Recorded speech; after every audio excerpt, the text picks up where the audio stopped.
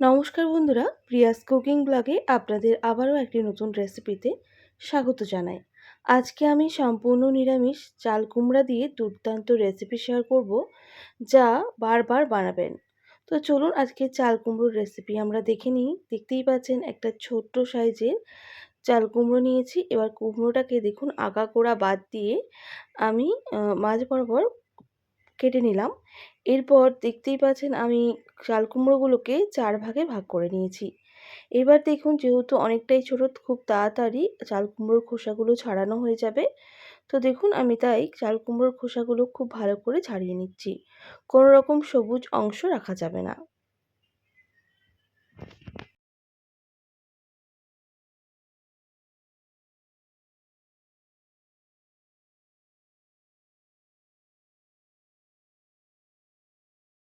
একে একে সমস্ত চাল কুমড়োর খোসাগুলো ছাড়িয়ে নিয়েছি। এবার দেখুন আমি চাল কুমড়োগুলোকে একদম সরু সরু করে কেটে নেব। তো বন্ধুরা একটু লক্ষ্য করে দেখুন আমি চাল কুমড়োগুলোকে কিভাবে কেটে নিচ্ছি।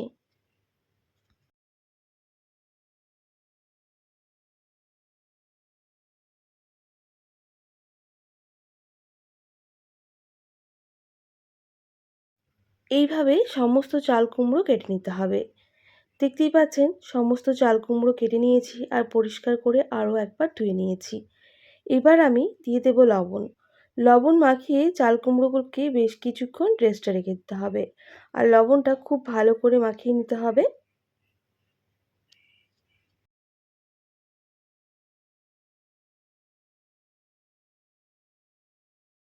খুব ভালো করে লবণ মাখিয়ে নিয়েছি। প্রায় 2 মিনিটের জন্য রেস্টে রেখে দিচ্ছি। আর এদিকে আমি চাল কুমড়োয় দেওয়ার জন্য মুগ ডাল ব্যবহার করব।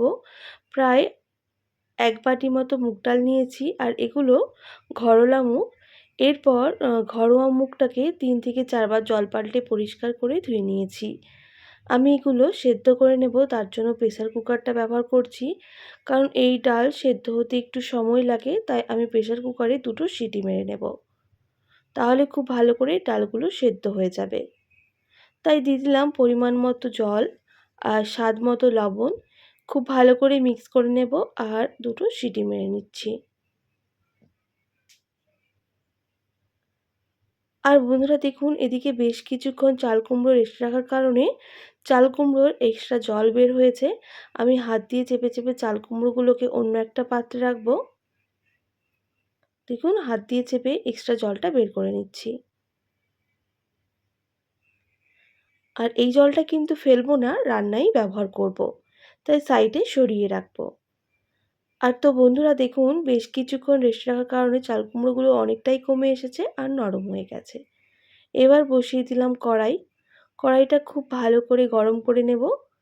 আর কড়াই গরম হয়ে গেলে দিয়ে দেব 1 টেবিল চামচ সরিষার তেল। তেল দেওয়ার পর কড়াইয়ের চারিদিকটা দেখুন আমি ছড়িয়ে নিচ্ছি। এরপর তেল যখন গরম হয়ে যাবে তেলের মধ্যে দিয়ে দেব সামান্য পরিমাপ গোটা জিরা আর সামান্য পরিমাপ 5 ফোড়ন। এবার গোটা মশলাগুলো ভেজে নিতে হবে, সঙ্গে 2টো শুকনো লঙ্কা ব্যবহার করছি। ফোড়নগুলোকে দেখুন খুব ভালো করে ভেজে নেব যতক্ষণ না ফোড়ন থেকে একটা মিষ্টি গন্ধ বের হচ্ছে। বেশ কিছুক্ষণ ভেজে নিয়েছি, গন্ধ বের হয়েছে। এবার চাল কুমড়োগুলো দিয়ে দিতে হবে আর খুব ভালো করে মিক্স করে নিতে হবে। মানে ওই তেলের সাথে মিক্স করে নিয়ে বেশ কিছুক্ষণ চাল কুমড়োগুলোকে ভেজে নেব। তাই গ্যাসের ফ্লেমটা হাই করে দিয়েছি।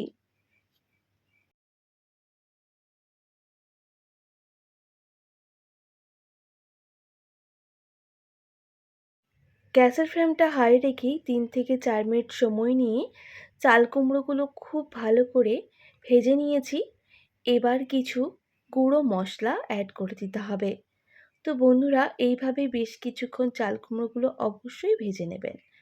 এরপর দিয়ে দিলাম সামান্য পরিমাপ হলুদের গুঁড়ো, সামান্য পরিমাপ জিরে গুঁড়ো আর সামান্য ঝাল লঙ্কার গুঁড়ো।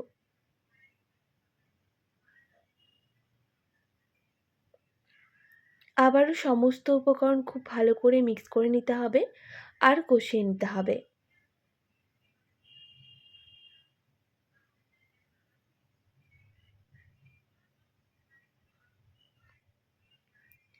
দেখতেই পাচ্ছেন আমি চাল কুমড়োর সাথে সমস্ত কিছু উপকরণ ভালো করে মিক্স করে নিয়ে কষিয়ে নিচ্ছি।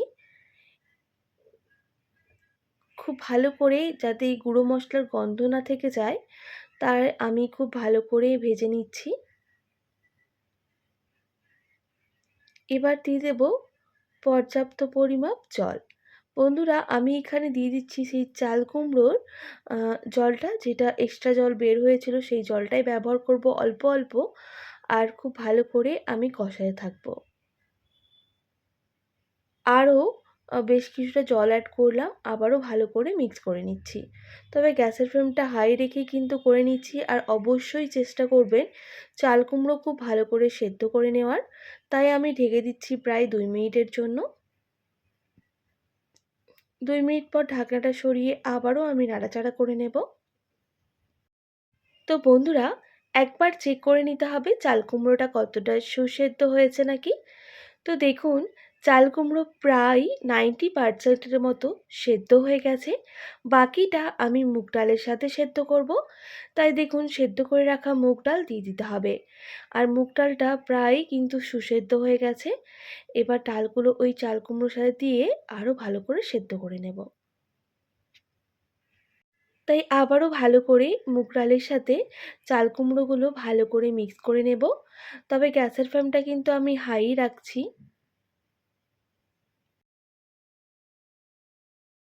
এবার গ্যাসের ফ্লেমটা মিডিয়ামে করে ঢেকে দেব প্রায় 2 মিনিটের জন্য। 2 মিনিট পর ঢাকনাটা সরিয়ে নেব। আবারও আমি নাড়াচাড়া করে নেব।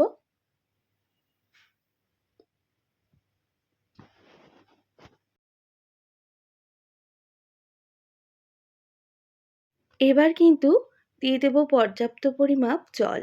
আরও বেশ কিছুটা জল অ্যাড করব, তবে গ্যাসের ফ্লেমটা হাই রেখে আরও বেশ কিছুক্ষণ রান্না করে নিতে হবে।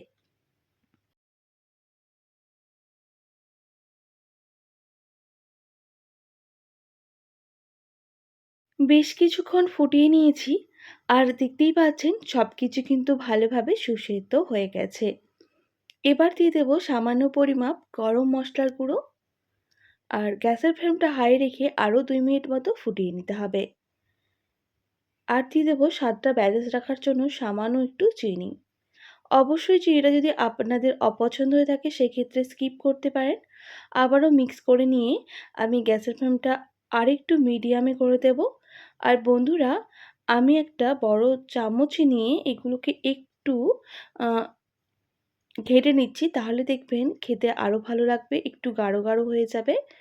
তাই আমি একটা চামচ ব্যবহার করে দেখুন চাল কুমড়োগুলোকে একটু আ আ এইভাবে একটু পেস্ট করে দিচ্ছি। একটু লক্ষ্য করে দেখুন আমি কিভাবে করে নিচ্ছি।